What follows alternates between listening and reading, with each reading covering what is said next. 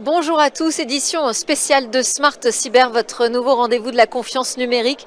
On est ici à Paris, au pavillon d'Armenonville, pour un événement particulier, les palmarès de l'informaticien, avec des remises de prix aux meilleurs fournisseurs de produits de solutions IT, selon les lecteurs du magazine L'Informaticien. Alors aujourd'hui à la une de Smart Cyber, des questions. Est-ce que vous êtes prêt, par exemple, à parer une cyberattaque? Comment le savoir d'ailleurs, si vous êtes véritablement prêt? Quels sont les contours de la fonction risque dans l'entreprise? Est-ce que le LegalOps, ça vous parle, ça vous dit quelque chose?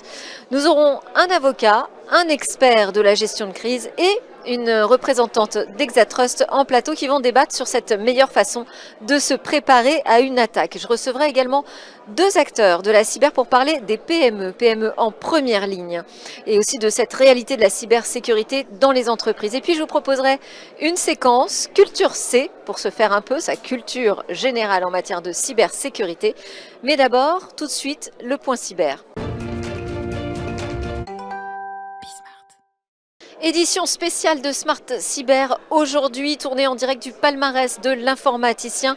On commence cette émission avec le point cyber et Benoît Grunemwald. Bonjour. Bonjour. Benoît, merci de nous avoir rejoints, mais vous n'êtes pas là pour rien puisque vous êtes le directeur des affaires publiques et expert des laboratoires EZ qui a reçu un prix que l'on voit positionné devant vous. Félicitations. Le prix de la rédaction dans la catégorie EDR. Bravo. Merci. Mais c'est pas de ça dont on va parler ensemble.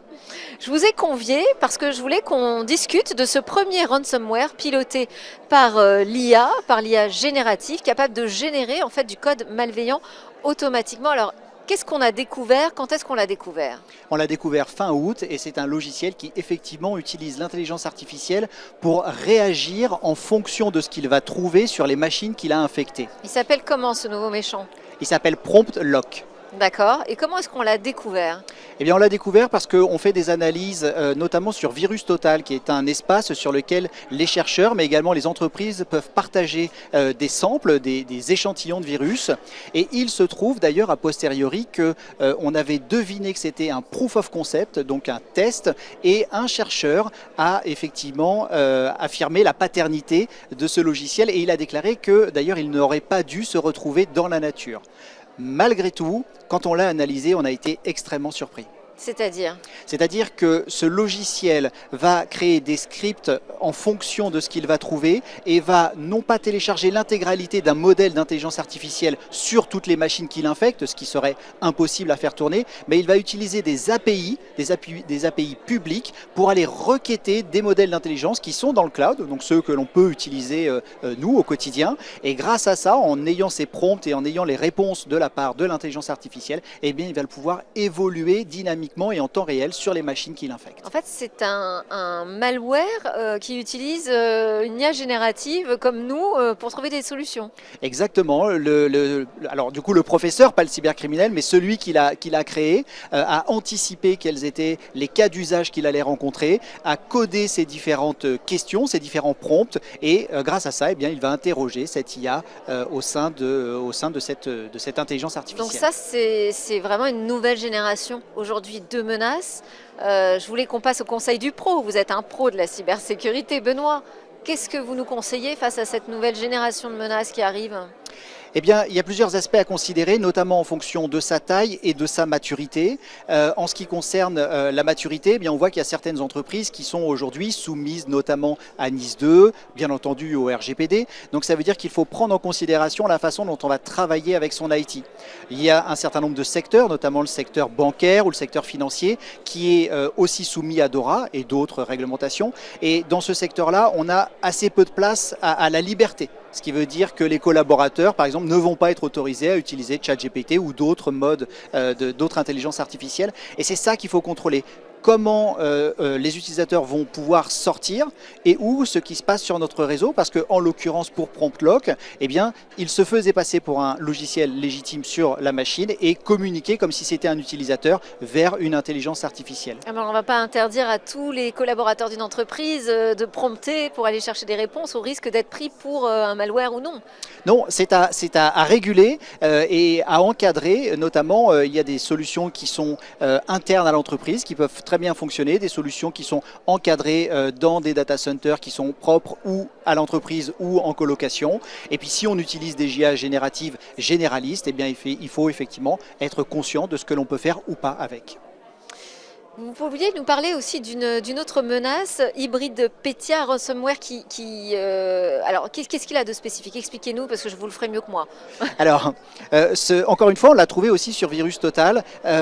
Et là, on ne pense pas que ça soit l'œuvre d'un chercheur, mais bien d'une menace qui évolue. Et ce qu'il faut se souvenir, c'est que NotPetya, Oui. avait fait plus de 10 milliards de dégâts, de 10 milliards de... C'est un très mauvais souvenir. Hein, C'est un très mauvais souvenir pour toute la profession et pour tous ceux qui se sont fait attaquer par NotPetya. Déjà, ce qu'il est important de noter, c'est que dans cette nouveauté, ce hybride Petya, il n'y a pas le mécanisme agressif qui a fait que NotPetya s'est répandu à travers la planète. Donc on peut déjà souffler un petit peu. Malheureusement, au sein de ce logiciel malveillant, il y a tous les éléments qui ont fait l'agressivité de l'attaque NotPetya, avec notamment la possibilité de chiffrer la table de partition NTFS, qui veut dire que c'est l'endroit où le système va chercher tes informations concernant les fichiers, d'une part, et d'autre part, qu'elle est capable d'attaquer cette menace, l'UEFI. Donc l'UEFI, c'est anciennement le BIOS, c'est ce qui va démarrer la machine et faire en sorte que Sans la ça, machine il n'y a puisse pas évoluer. de démarrage de Windows. Et alors sans ça, il n'y a pas de démarrage de Windows, de Linux ou même d'un Enfin, autre oui, système, du parce système qu'on est vraiment d'exploitation. sur le démarrage, le cœur même de la machine. D'accord. Et là encore, un conseil peut-être à partager avec nous? Oui, faire en sorte que ce qui s'installe sur le BIOS, l'UEFI, soit contrôlé, d'éviter que l'on puisse mettre à jour et ou accéder à cette UEFI tout à chacun, donc des mots de passe, et puis ensuite faire en sorte que les solutions de sécurité que l'on utilise puissent contrôler elles aussi l'UEFI, que malheureusement on a un peu trop tendance à oublier. C'est vrai? Ah oui, c'est ce que vous constatez. Alors, ESET a aussi rejoint un groupe de travail Europol. Est-ce que vous pouvez nous en dire plus sur l'objet du travail cyber avec Europol, ce que vous en attendez? Oui, l'objectif est de pouvoir participer à des démantèlements, comme on a réalisé beaucoup en 2024 et 2025.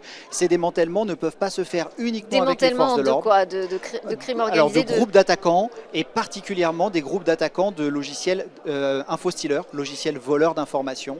Et ces groupes fonctionnent finalement comme les groupes de rançongiciels. Donc vous avez un éditeur malveillant, des affiliés, et à partir de là, ils vont essayer de déployer au maximum ces logiciels malveillants. Et comme ils opèrent dans le monde entier, les forces de l'ordre doivent s'unir, mais les privés, les entités privées comme nous, sont également de la partie, notamment pour analyser à la fois les infrastructures, mais également les logiciels malveillants. Et donc on va collecter, et dans le cas des infostealers, on a participé à plus d'une année de recherche dans le plus grand des secrets avec les forces de l'ordre pour collecter et analyser les infrastructures et le fonctionnement des cybercriminels, pour ensuite donner ces éléments aux forces de l'ordre et à la justice pour qu'elles puissent, elles, mener leur propre action. Et vous en avez vu le résultat en fait des opérations derrière qui ont pu être menées de manière très concrète? Oui, et d'ailleurs 2024 et 2025 ont été pour moi l'année sur lesquelles on a le plus lutté contre les infostealers. Et alors, l'univers, le monde n'aime pas le vide, ce qui veut dire que dès qu'il y avait un démantèlement d'un groupe ou d'un autre, eh bien un autre venait prendre la place et récupérer malheureusement les clients de ces groupes d'infostealers. Et donc, on a quand même réussi à démanteler un bon nombre de ces logiciels malveillants, mais le travail est sans fin et on continue. C'est pour ça à rejoindre des groupes de travail avec des forces de l'ordre, la police, la justice, pour être plus forts ensemble. Et c'est pour ça qu'il faut continuer à se préparer aux Tout à fait. cyberattaques. On n'est jamais à l'abri et c'est notre sujet à la une à suivre tout de suite.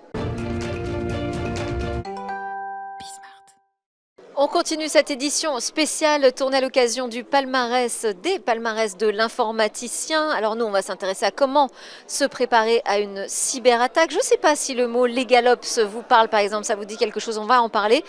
Les contours de cette fonction risque, toutes ces questions, on va se les poser avec mes trois intervenants, trois experts. Vincent Balouet, bonsoir. Bonsoir. Vous êtes dirigeant de maîtrisedescrises.com. Vous allez nous parler de tous ces nouveaux risques, cyber, mais pas que, qu'il faut être capable aujourd'hui de prévoir en entreprise. Avec vous, Maître Astier, bonjour. Bonsoir. Vous êtes avocat à la Cour, vous intervenez en droit du numérique, de la propriété intellectuelle et de la cybersécurité. On évoquera notamment des affaires que vous avez suivies de près, de cyberattaques. Et puis Séverine Denis. Bonsoir. Je voulais terminer avec vous la présentation parce que vous êtes un peu la star de ce débat ce soir. Vous êtes membre du bureau Exatrust qui fédère donc les acteurs français européens de la cyber et du cloud de confiance, ça on le sait. Mais vous êtes aussi la directrice des affaires institutionnelles et réglementaires de Docapost. Docapost qui a gagné un prix ce soir, donc ici même au palmarès de l'informaticien, prix de la rédaction Data Solutions d'archivage. Donc félicitations. Un grand bravo. On commence notre débat. Donc, comment se préparer au mieux à une cyberattaque? Parce que de toute façon, on sait aujourd'hui qu'on n'a pas la parade suffisante pour éviter tout risque d'attaque. Mais est-ce qu'on peut véritablement dire qu'on peut être prêt à tout moment, à tout type d'attaque? C'est possible, ça, Vincent? Oui, c'est possible, à condition de s'y intéresser un peu. Malheureusement, on est souvent dans un pays où il faut avoir eu un gros incident pour que les décideurs et les dirigeants se mettent un peu au travail en disant « posons-nous pour réfléchir ». La notion de risque est consubstantielle à l'entreprise. Entreprendre, c'est prendre des risques. Donc, ce n'est pas une notion qui vient d'ailleurs, c'est déjà dedans. Mais par contre, il y a quand même, le risque cyber est un peu particulier parce que les cyberattaquants sont loin, ils travaillent de nuit, enfin bref. Les attaques sont multiformes. Et ils ne se font pas prendre. Et la volumétrie, un RSSI d'une banque, c'est 20 000 attaques par mois. Enfin, c'est de cet ordre-là. Donc, la volumétrie est tout à fait différente. Et il n'y a que le DSI, enfin celui qui porte l'informatique dans le COMEX, qui a une telle avalanche de malveillance sur lui. Il n'y a aucun autre membre du COMEX qui en prend plein la figure autant que lui. C'est vrai qu'il faut avoir quand même les nerfs très très solides. Un peu, ouais. On peut vraiment se préparer à une cyberattaque. C'est votre avis également? Oui, bien sûr. Et non seulement on peut se préparer, mais il faut croire que chacun peut être équipé. Même la plus petite entreprise est en capacité, de manière simple et efficace, avec des tarifs qui sont tout à fait abordables, de pouvoir entrer dans une première démarche de cybersécurité. Et donc chacun peut se protéger de la plus petite à la plus grande entreprise. Et c'est vraiment important d'être dans cette démarche parce que les plus petites entreprises qui sont très vulnérables aux attaques, qui sont des cibles, parfois ne se protègent pas, alors qu'il existe un ensemble, un panel de solutions qui leur permettent de s'équiper. On va avoir un focus après ce débat justement sur la vulnérabilité des PME, la manière dont elles se protègent ou pas justement aujourd'hui. Pour rester sur cette question, et c'est pas juste un sujet d'équipement, de trouver la bonne solution pour se protéger, c'est une organisation, c'est aussi prédire le risque juridique quand on est face à une cyberattaque. Oui, forcément le risque juridique doit être pris en compte, mais je pense que la question qui se pose réellement, la première des questions, c'est de savoir de quoi on parle. C'est-à-dire qu'aujourd'hui, qu'on soit PME, ETI, et même la plupart des dirigeants n'ont pas forcément conscience de leur niveau d'exposition au risque cyber au pluriel, et de la capacité de résilience de leur organisation en cas d'intervention de ce risque. Et donc, se préparer et anticiper un risque cyber, c'est déjà comprendre de quoi il s'agit, au travers d'une pédagogie que effectivement doit réaliser le RSSI, qui est le responsable de la sécurité des systèmes d'information, mais aussi au travers, il faut bien le dire, des risques, y compris juridiques, qui pèsent sur l'entreprise. En cas de cyberattaque. En cas de cyberattaque, absolument.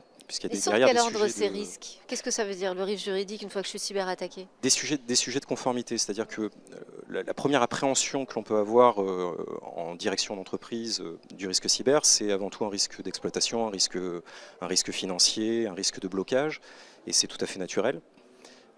Néanmoins, quand une attaque cyber intervient, au-delà de ce blocage, on peut retrouver beaucoup de scénarios à anticiper, comme des fuites d'informations qui concernent les salariés, et donc des tensions sociales qui peuvent en découler, des problématiques de gestion des relations avec les clients, des droits, des demandes d'accès, des demandes d'information et des difficultés rencontrées avec la CNIL, qui est la Commission nationale informatique et liberté. C'est la question de quelles sont mes obligations, Exactement. en fait, quelles sont mes responsabilités aussi vis-à-vis de mes clients qui sont peut-être victimes aussi d'une fuite d'informations. Et tout ça, ça peut se préparer en amont. J'ai posé la question en introduction de la fonction risque. Qu'est-ce que c'est cette fonction risque qu'on doit avoir dans l'entreprise? C'est un RSSI c'est Alors, quoi? très souvent d'abord, ce qu'on remarque, c'est que la fonction risque est assez souvent rattachée à la finance et au juridique, hein, c'est historiquement, on va dire. Pas le risque informatique, bien sûr, parce que c'est un métier épouvantablement technique et jargonneux à souhait, donc il n'y a que le DSI qui comprend. Parce que vous allez me dire que le juridique n'est pas jargonneux. Pas du tout. Mais je viens d'informatique, c'est pour ça. Enfin, j'ai fini par comprendre, mais j'ai eu du mal. Non, mais plus sérieusement, donc la fonction risque existe et elle est quelque part là où le patron veut bien le mettre. Et c'est vrai que selon les secteurs d'activité, et puis dans les toutes petites boîtes, le patron juridique et le patron du risque, c'est lui-même. Oui. C'est lui qui s'occupe un peu de tout. Bon, donc quelque part, ça existe dans l'ADN de quelqu'un. Bon, alors après, évidemment, on encaisse les coûts sans les voir venir, et au bout d'un moment, on se fatigue parce que ça coûte cher et on finit par se préparer, ou on dit, on va peut-être quand même se préparer un petit peu avant, et grosso modo, il y a 3 pieds pour bien se préparer. Un, sur la partie technique, et là les spécialistes le savent, de bien sécuriser, en gros, tout ce qui est entre la prise et le clavier, les infrastructures, les postes de travail, etc., antivirus dans tous les sens, bref, des infrastructures solides. Deux, tout ce qui est entre la chaise et le clavier, les gens, parce que la vulnérabilité, c'est aussi les gens, Ouais. pour pas faire de bêtises, pas cliquer quand il faut pas, et ainsi de suite, pas ouvrir, laisser le portable en l'air dans le TGV et aller boire un verre, et puis tout est ouvert dans la nature, et ainsi de Mettre suite. son filtre anti-espion. Par exemple, donc voilà, et troisièmement, les plans, c'est-à-dire de la préparation, de l'entraînement, des exercices, et une cellule de crise qui est le machin qui pilote pour, disons, prendre les manettes en manuel et sortir l'entreprise d'un mauvais pas si ça doit arriver. Voilà. Mais avec ces 3 pieds-là, il n'y a rien de compliqué, y compris dans les petites boîtes, et on y arrive très très bien. C'est ce que vous dites, Séverine, hein, tout le monde peut commencer à se préparer, en tout cas se mettre en éveil sur ces nouveaux risques et cette montée en puissance en fait du risque cyber. On commence par quoi quand même? On commence Est-ce qu'il y a une méthodologie? Est-ce que, évidemment, idéalement, il faudrait commencer par un audit de sécurité. Idéalement, il faudrait commencer par une analyse pour savoir où sont nos failles, où sont nos résistances, et pour pouvoir établir un plan d'action qui soit adapté à la taille de l'entreprise, à sa maturité aussi. Il n'y a rien de pire qu'un plan qui serait beaucoup trop ambitieux pour une structure qui ne serait pas prête du tout. Donc en fonction de sa maturité, et dérouler ce plan dans le temps, étape par étape, pour réaliser de manière très concrète les actions, à la fois d'équipement, mais également de formation, comme on l'a dit, de sensibilisation de l'ensemble des collaborateurs, de formation des dirigeants, et dans certains cas, la réglementation nous oblige, comme c'est le cas avec NIS 2, à former les dirigeants. après, il faut que pour ces l'ensemble. formations elles soient très concrètes. Parce que si on reste dans l'abstrait en disant voilà, il y a 3 types de grands risques aujourd'hui en matière de cyber, c'est pas comme ça qu'on va réussir à se préparer véritablement. On a plusieurs solutions. Oui. Séverine et puis Maître Astier, je vous donnerai la On a parole. plusieurs solutions. On peut avoir des formations qui sont très formelles, qui vont expliquer ce qu'il faut faire, ce qu'il ne faut pas faire. On a aussi des mises en situation, des exercices de crise qui vont permettre de réaliser par l'expérience, en ayant peur et en étant bombardé d'informations, que on ne sera pas en capacité de réagir correctement si on n'a pas été préparé, si on ne réalise pas qu'on sera vraiment dans la panique. Il faut s'entraîner. Oui, tout à fait, j'abonde. Stéphane Astier. En fait, la partie prévention au risque cyber intègre des formations, et ces formations doivent être adaptées, bien entendu, au public. Et le premier des publics, ce sont les directions. Et par expérience, les cellules de crise fictives, les exercices de cellules de crise, où on place un board dans une pièce et on les met en situation d'une réelle crise de cybersécurité. On utilise, nous, des stimuli, des faux mails, des faux coups de fil, des faux articles de journaux que l'on va distribuer au fur et à mesure de la journée avec un temps qui est accéléré. permet en fait aux dirigeants d'être mis en situation et d'identifier les trous dans la raquette parfois. Et ce type de sensibilisation va permettre aussi d'identifier, on n'en a pas parlé et c'est pourtant très important, sur la couverture assurantielle, sur les contrats avec les prestataires clés, d'où peuvent provenir les crises cyber. Tous ces éléments-là qui vont permettre en fait aux dirigeants derrière de dérouler sur un plan d'action et de retraduire d'un point de vue du dirigeant et des investissements que doit mettre en place le dirigeant aussi, parce qu'il y a une question de coût là-dedans, adapté à ce que peut proposer d'un point de vue technique le résultat d'un audit de sécurité qui va là impliquer à la fois l'organisationnel et puis bien entendu le côté solution technique de réponse à incident. Donc c'est une approche du risque d'un point de vue juridique qui est quand même très opérationnelle. Je dévoile le LegalOps, c'était un peu mon teaser en introduction. Est-ce que ça vous parle? Est-ce que vous voyez à peu près ce que ça veut dire LegalOps? C'est une approche plus anglo-saxonne du risque. Je ne sais pas si d'ailleurs on gère le risque de la même façon en France, en Angleterre, ailleurs aux États-Unis, en Asie. Non, alors juste un tout petit Vincent. peu, juste pour revenir sur l'autre point, il y a un bon moyen pour inviter les patrons d'un COMEX à bouger, c'est de faire un appel d'offres pour faire venir un assureur, un cyberassureur. Et le cyberassureur, de toute façon, il va dérouler un audit rapidement pour savoir l'écart qu'il y a, parce que sinon il n'assure pas. Ouais. Et donc le fait que l'assureur dise il y a tout ça à faire, permet de dire aux dirigeants, vous êtes inassurable. En général, il n'aime pas trop. Et donc, il se met au boulot pour combler l'écart. Et c'est aussi comme ça qu'on avance. Alors, pour répondre à la question, l'approche du risque... Notre façon de gérer le risque. Oui, alors on a un petit problème d'ADN en France. Pourquoi? Alors, pourquoi c'est que on est plus aventureux? Non, on n'est pas, c'est le contraire, on est beaucoup plus frileux. Ah oui. Et donc, on a un rapport... C'est plutôt bien dans la cybersécurité, ça. Oui, enfin, là, je parle d'obscurité. Hein, donc, Ok. je ne suis pas certain que ce soit une bonne... Et Expliquez. ça vient, alors après avoir fait quelques recherches et avoir discuté avec des gens qui s'intéressent, pas que sur la cyber, mais en France, historiquement, on a l'impression qu'on est dans un pays ultra confortable du fait de nos conditions climatiques générales. La France est un pays au 45e parallèle, avec un océan Atlantique qui est tiède, qui nous amène des hivers pas trop sévères, la nature se régénère, les champs de patates ça pousse bien, il n'y a pas de tempête, pas de séisme, pas de tout ce qu'on voudra, pas de tsunami. Bref, la France est un très joli pays et on traverse l'Atlantique dans le monde anglo-saxon. Ça tremble, ça bouge. Quand il y a de la neige, c'est 3 mètres d'un coup. Le volcan du Yellowstone qui menace de péter et la faille de Sant Andreas qui va craquer. Les risques sont beaucoup plus sévères là-bas. La nature est violente. Les risques pas chez nous. climatiques, ouais. Les risques d'environnement. Et on s'est développé dans cet environnement. Et par ailleurs, nos distances sont faibles. Quand on appuie sur un bouton service public, les pompiers sont là en pas longtemps, même dans la Cambrousse. Alors qu'aux États-Unis, il leur faut 3 jours de cheval pour venir, en caricaturant un peu. Autrement dit, le risque là-bas, on le prend en compte et on se débrouille. Chez nous, c'est le problème de l'assistance. On appuie sur un bouton et on va venir nous aider. Et ça fait, je dis pas des Donc siècles, quand vous mais dites on ça, est frileux, c'est plutôt l'inverse, c'est-à-dire qu'on n'est pas suffisamment prudent, on est inconscient. inconscient. Et donc, on attend que ça vienne. Donc Et pas ça, préparé, et finalement. c'est pas vrai. Et c'est vrai non seulement dans la cyber, mais sur les risques climatiques, c'est vrai sur toute forme de risque. On attend que ça vienne de l'État. Et quand l'État a confirmé que c'était un vrai risque, alors on s'y met. La cybersécurité, l'ANSSI n'existe que depuis pas très longtemps. Avant l'ANSSI, ça s'appelait le SCSSI, mais on en parlait moins. Et avant, il n'y avait que le CLUSIF. Quand le CLUSIF, tout seul, en 1985, à l'initiative des assureurs, a dit attention, il y a un risque informatique, ils se sont dit c'est du business, on n'y va pas. Quand l'ANSSI est arrivé, grâce au travail de Guillaume Poupard, quand il a mis tout ça sur pied, il a validé le risque, l'État a dit c'est vrai, ça existe, tout le monde se met au travail. Donc on attend une sorte de feu vert en France, et on l'a pas du tout dans les pays anglo-saxons, pas plus en Angleterre qu'en Europe du Nord au passage. Mais là maintenant, ça y est, le chemin est fait. bien sûr. La cybersécurité, c'est plus une option. C'est plus une option. Séverine, on est d'accord. Mais la relation au risque est fondamentalement différente dans nos ADN à nous. Oui, c'est Voilà. c'est très intéressant. Ouais.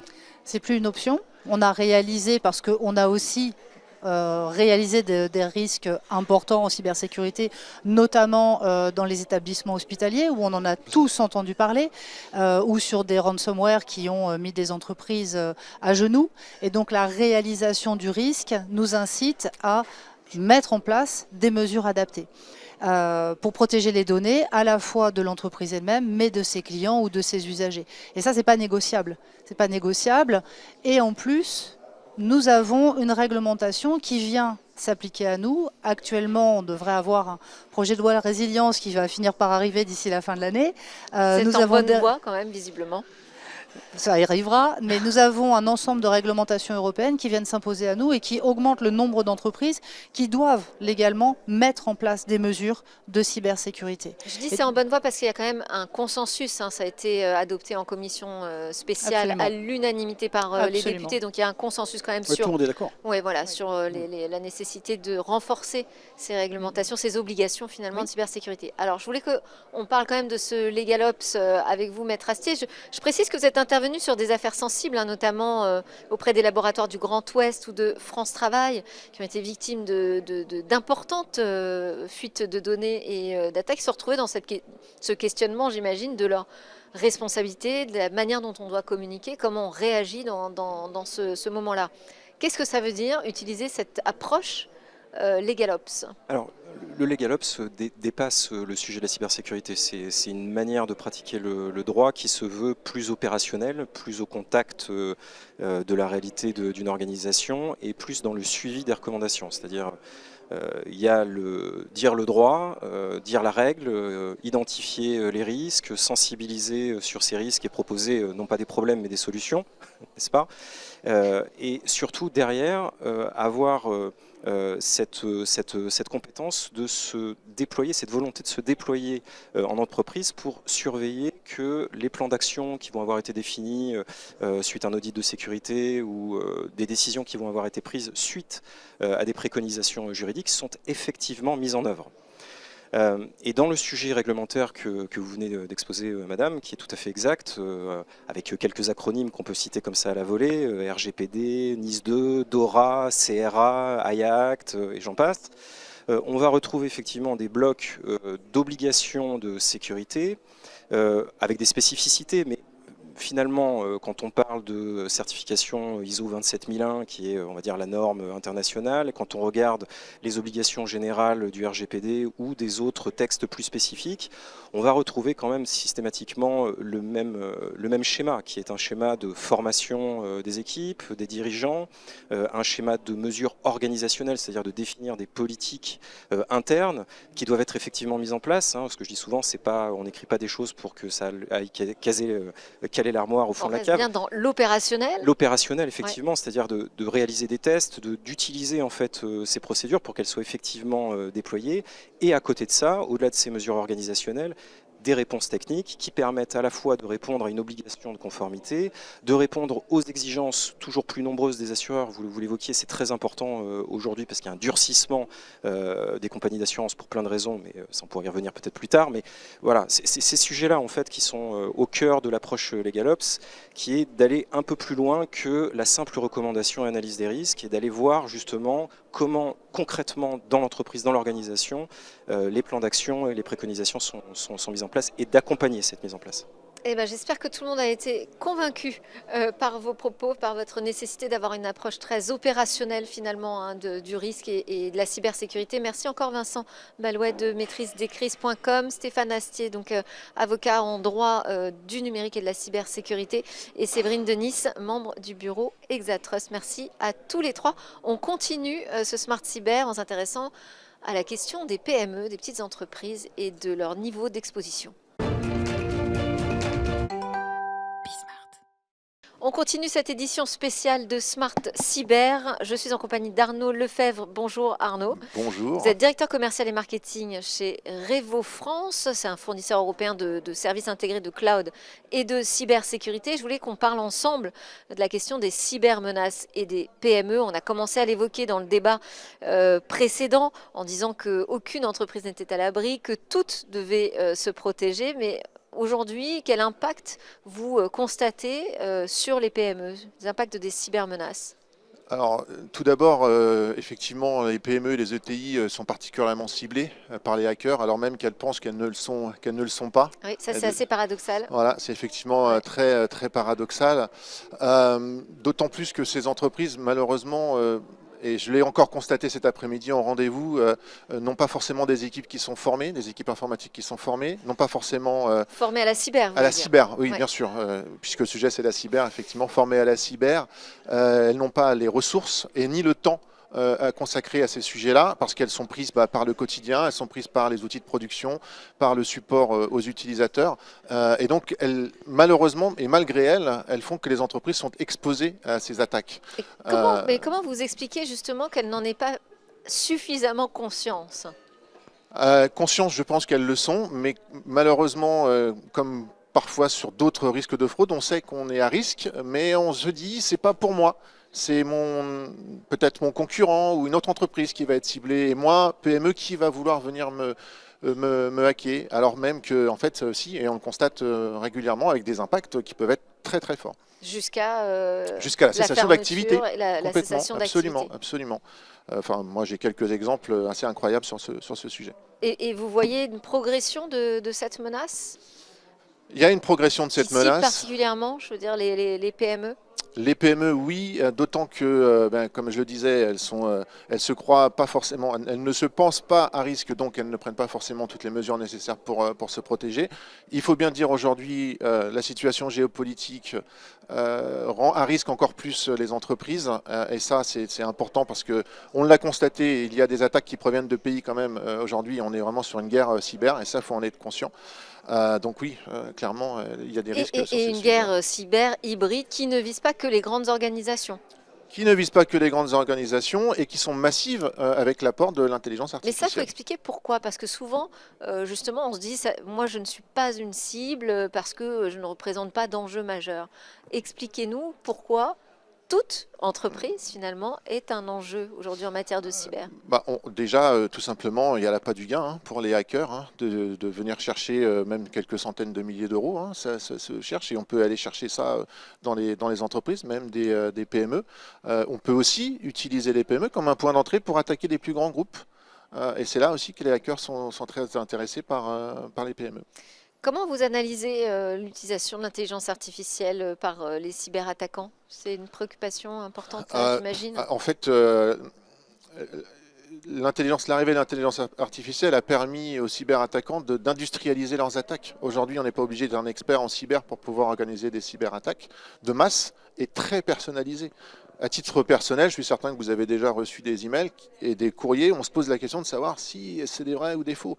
Et imaginez un directeur d'entreprise, un dirigeant d'entreprise qui est pourtant, on l'a vu tout à l'heure, responsable et pénalement, qui reçoit un email avec une pièce attachée, il est dans le rush, il ne fait pas attention, il clique et c'est parti. L'attaque est lancée et il s'en est peut-être même pas aperçu. C'est ce que vous constatez quand vous allez à la rencontre des clients? C'est qu'aujourd'hui, ils sont en situation de fragilité? Oui, mais comme un malade, parfois on n'est pas conscient en fait qu'on est malade. Alors nous, ce qu'on fait parfois, c'est... Et alors quand vous leur dites attention, qu'est-ce qu'ils répondent? Ils peuvent dire, comme je le disais tout à l'heure, oui, mais moi je suis pas concerné. Et donc vous voulez dire, en fait, ma question c'est, est-ce que ça reste difficile aujourd'hui de convaincre les PME de se protéger? Oui, alors qu'on a l'impression que c'est un sujet qu'on aborde partout, tout le temps, oui, y compris dans les informations très grand public. Bien sûr, mais ça reste quand même malgré tout un enjeu parce que les entreprises peuvent faire l'acquisition d'outils, donc c'est très bien, ils vont avoir un antivirus, ils vont avoir des firewalls, etc. Mais en fait, ils se disent que grâce à ça, ils sont protégés, mais si c'est mal administré, et si c'est pas administré en continu, comme nous on le propose, c'est-à-dire 7 jours sur 7 et 24 heures sur 24, parce que le hacker, il ne s'arrête pas de bosser le week-end ou la nuit. Donc on peut avoir des outils, est-ce qu'ils sont bien paramétrés? Et les équipes, elles n'ont pas le temps forcément d'avoir ce niveau d'analyse que nous on peut avoir et de suivi au quotidien. Et là, voilà, on est très exposé au risque dans ce cas-là. Bon, peut-être qu'on en aura convaincu quelques-unes. Je le souhaite, j'espère. PME, en vous écoutant, Arnaud Lefebvre, je rappelle que vous êtes le directeur commercial et marketing de Revo France. Merci beaucoup. Merci beaucoup pour l'invitation. Je vous en prie, on continue les interviews cyber tout de suite. On continue nos interviews dans Smart Cyber, dans cette édition spéciale avec Pascal Ledigol. Bonjour. Bonjour. Vous êtes directeur France chez WatchGuard Technologies. Vous avez publié un sondage réalisé auprès de 120 de vos partenaires MSSP. Ce sont en fait ceux qui opèrent la cybersécurité pour des entreprises. Pourquoi est-ce que vous êtes allé chercher ces intermédiaires pour sonder la cybersécurité auprès des PME?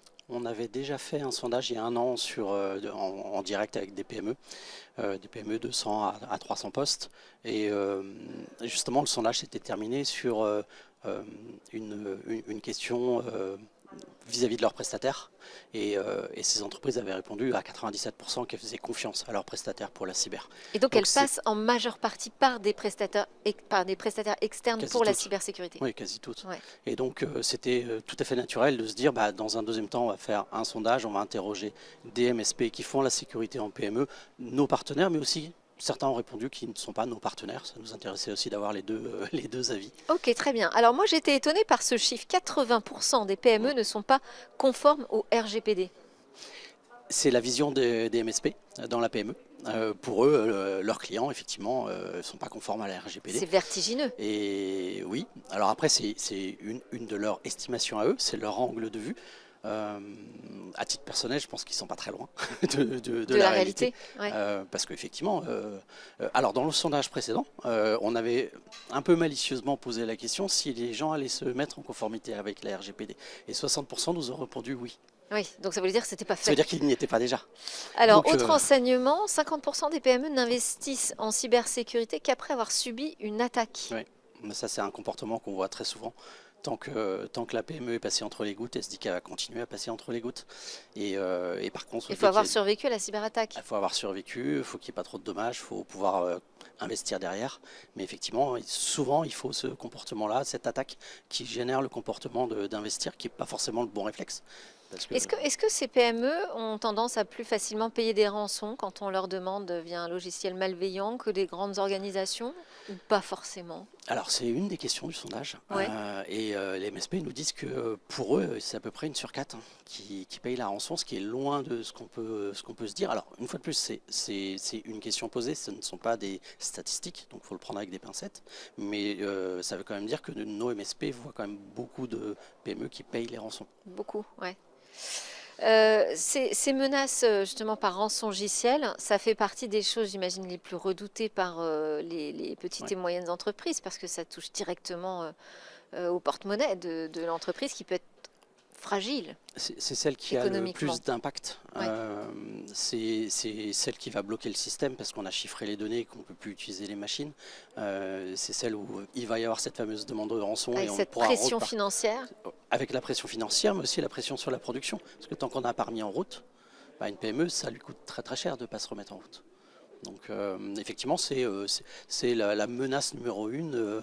Dans le sondage, on voit la menace qui est à 10%, c'est l'espionnage industriel. Ce qui pourtant est assez grave. Et pourtant n'est qu'à 10%. Ouais. Enfin 11. Derrière, c'est les fuites de données, je crois, Les qui fuites de sont données, oui. particulièrement redoutées, parce que c'est- là, c'est la question de la responsabilité aussi vis-à-vis de leurs clients. Tout à fait. Mais c'est bien de le voir en deuxième position, parce que Ouais. pendant longtemps, les fuites de données, on ne voulait pas les voir. D'accord. Donc, on les avance dans choses la prise évoluent. de conscience Oui.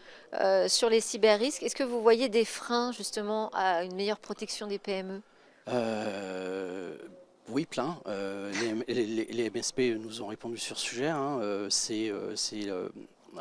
En fait, la cyber dans la PME, c'est la chose la plus compliquée à faire. Parce qu'on essaye de faire comprendre à des gens qui n'ont pas la connaissance cyber ce qu'il leur faut. Donc c'est toujours compliqué, forcément. Ouais. Il n'y a pas la connaissance, il n'y a pas assez de budget, aussi bien dans la PME, mais parfois aussi chez les prestataires de services qui ont énormément de mal à recruter les talents qui vont bien aussi. Donc si on veut aider la PME sécurisée, il va falloir aussi aider les MSP à se développer et à monter leur niveau de cybersécurité. Bon, j'étais quand même beaucoup moins étonnée par votre résultat sur la directive NIS 2, parce que je me suis dit, bon, si 80% des PME ne sont pas conformes au RGPD, ça ne m'étonne pas tellement qu'elles soient 86% à ignorer complètement cette directive qui va bientôt être adoptée, a priori, en France, en tout cas dans sa version transposée. C'est pas une grande surprise. C'est absolument pas une surprise. On le constate. Alors, en vrai, moi sur le terrain, je le constate En plus, auprès des sont-elles ou entreprises. non concernées? Très compliqué aujourd'hui à savoir si on entre dans le champ. Il y a 160 direct 000 PME en France. Donc, il y en aura peut-être, allez, au grand maximum, 20 à 30 000 de touchés. Donc, c'est vrai qu'il manque un gap. Après, on le constate, quand on parle NIS 2 à une entreprise, on voit ce résultat-là, mais parfois même à des prestataires informatiques qui ne se sont pas penchés sur NIS 2.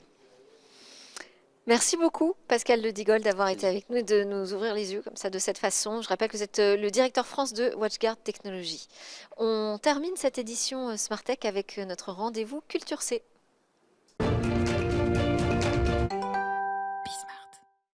On termine notre Smart Cyber avec le rendez-vous Culture C, Culture Cyber. On va découvrir des lieux, des événements, des livres.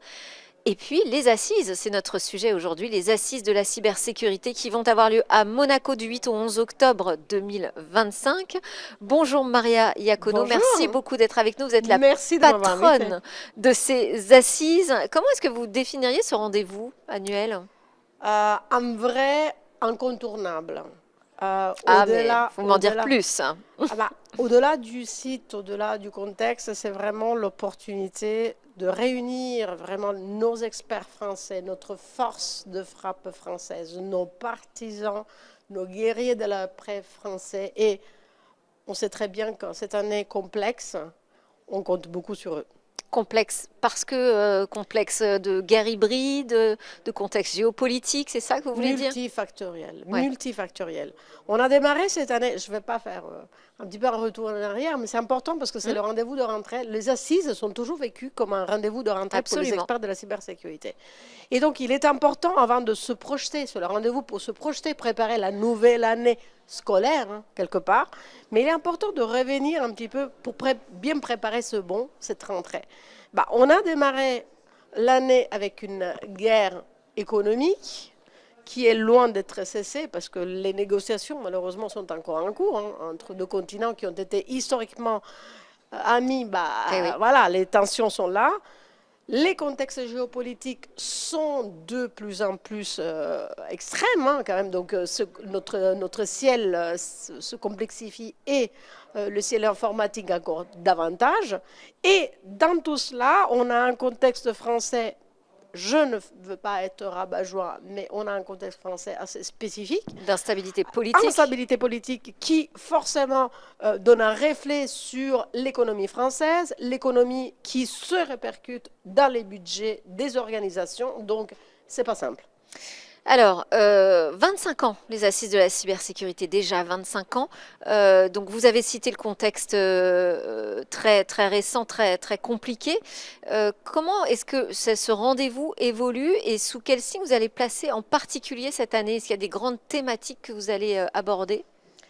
En fait, je n'ai pas été là pour les 25 ans, toutes ces 25 ans, bien évidemment. On ne m'en voudra pas, même si beaucoup de participants ont fait quand même toutes les 25 éditions. Ce qui a fait la force des assises, mais surtout de la communauté de la cybersécurité française, est vraiment le fait n'avoir jamais été sur le passé, mais sur un côté futur. Or, la ligne éditoriale qui nous a été inspirée vraiment par nos membres des comités éditoriaux divers qu'on a aux assises, a été celle de se projeter sur les futurs. Oui. Le message de ces 25 années est certes d'apprendre de toutes les conquêtes et les succès de ces 25 ans, mais surtout de se projeter dans le futur. Et la particularité de cette thématique, c'est qu'on a ajouté exprès un S, un très fort S, un futur, parce que nous sommes dans une réalité où il est impossible de dessiner un futur, mais il faut voir dans ces diverses facettes, les diverses futurs qu'on va pouvoir co-construire ensemble au sein de la communauté des experts de la cybersécurité, bien évidemment. Du 8 au 11, vous conseillez de venir tous les jours, une journée, 2 journées? Il ne faut rien louper. Ouais, il ne faut rien rater, mais je m'en doutais. Maria Iacono. Mais je ne suis pas impartielle. Merci beaucoup. Merci. Je rappelle donc que vous êtes la directrice des assises de Monaco et évidemment, avec Smart Cyber, on y sera. Avec Oui, grand rendez-vous plaisir. incontournable. Merci. Merci à tous d'avoir suivi cette édition spéciale. On se retrouve très vite dans Smart Cyber.